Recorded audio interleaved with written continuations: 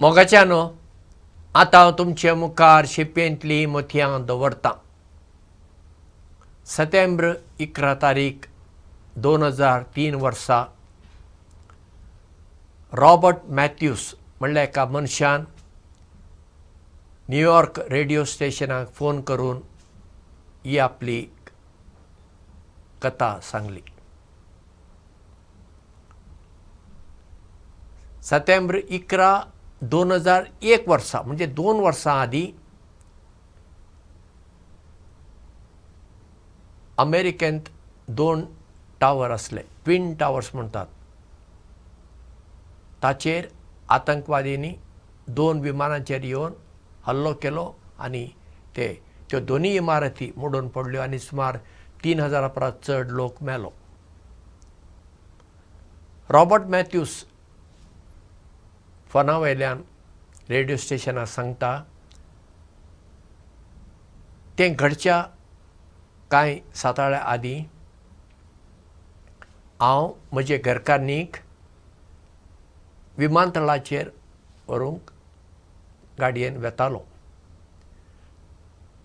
ती गर्भेस्त आसली आनी आमचें पयलें भुरगें जल्मूचें आसलें आनी म्हजे घरकान्नीक आपले भयणीक मेळूंक आसलें कॅलिफोर्नियांत. पूण वाटेर आमी वेताना आमचे गाडयेचे टायर फुटले आनी दुसरें टायर घालून आनी आमी विमानतळाचेर पावतना वेळ जाल्लो. ताचे मदीं म्हज्या बापायचो फोन आयलो आनी बापायन म्हाका विचारलें, ज्या विमानाचेर तुजी घरकान्न वचूंक आसली त्या विमानाचे नंबर कितले? आनी हाणें सांगलें तें अमके नंबर. तेन्ना बापायन ताका म्हणलें, तेंच विमान आतंकवाद्यांनी हें केलें, हायजॅक केलें आनी वचून टावराक आदाळ्ळें.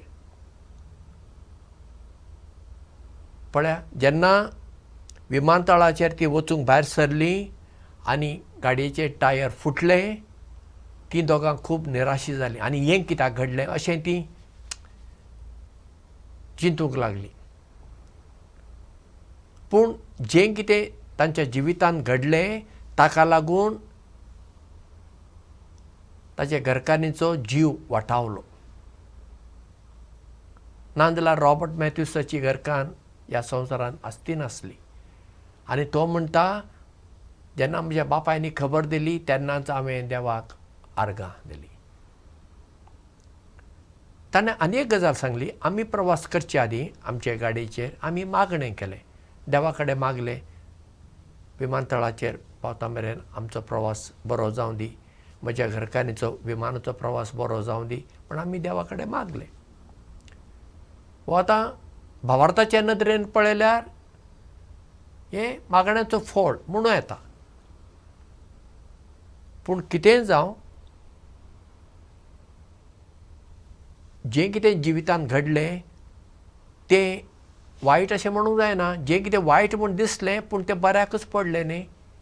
आमच्याय जिवितांत अशें जाता.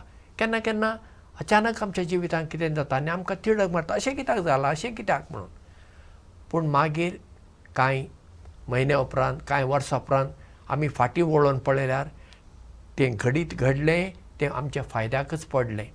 तांतल्यान कितलेशें आमकां शिकूंक मेळ्ळें, आमी कितलेशेच फुडें गेल्या अशें आमचें चिंत बदलता.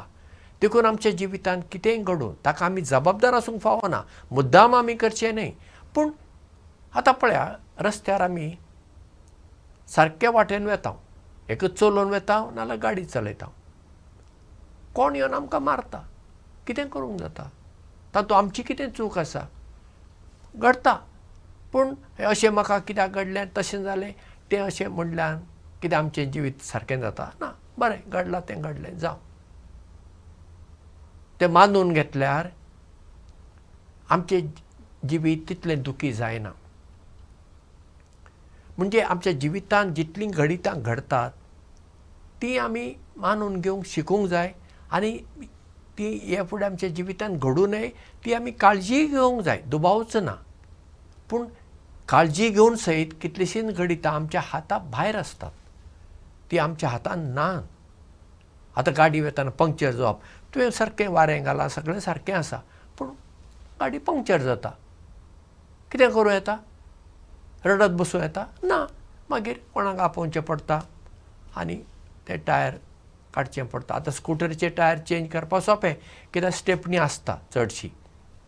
मोटरसायकलीचें जायना, मॅकॅनिकाक आपोवंक जाय, मागीर तो येवन तें टायर काडटा, मागीर पंक्चर काडून दिता आनी मागीर घालता. वेळ लागता, हें सगळें खरें. पूण हें सगळें आमच्या जिविताचो भाग. जिवीत आमकां जाय तशें फुडें वचना. खुबश्यो गजाली आमच्या जिवितांत घडटात आनी त्यो कित्याक घडटात तें आमकांय खबर ना. देवाक खबर आसा जायत, आमकां खबर ना. पूण त्यो मानून घेवचें आमच्या हातांत आसा.